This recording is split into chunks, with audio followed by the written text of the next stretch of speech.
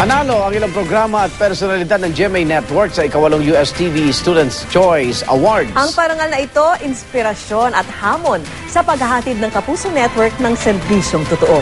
At live mula sa Maynila, saksi si Victoria Tulad. Victoria? Igan Vicky, muli ngang kinilala ang mga programa at personalidad ng GMA Network sa ikawalong University of Santo Tomas TV Students' Choice Awards na ginanap ngayong gabi. Promoting positive values in pop culture on television, ang temang gumabay sa pagpili ng mga estudyante ng UST para sa 8th USTV Awards. Tinanggap ng 24 oras ang Students' Choice of Local News and Current Affairs program, habang eyewitness ang Students' Choice of Documentary program. Students' Choice of Public Service program naman ang wish ko lang ng ating saksing si Vicky Morales.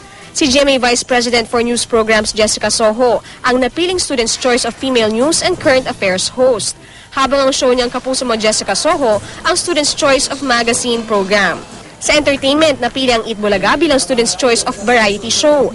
Ang Pepito Manaloto ang Students' Choice of Sitcom. At Bubble Gang ang Students' Choice of Gag Show. Ang telebisyon ay isang napakahalagang medium sa ating mga estudyante. Sila ay hindi lang nakakakuha ng mga impormasyon, kundi makakakuha rin sila ng mga values. Yung award na to kasi galing sa mga kabataan, kaya syempre nakakatuwa dahil yun naman talagang eyewitness, sinisikap namin na laging makabuluhan yung documentary namin dahil alam namin na pinapanood ng mga kabataan.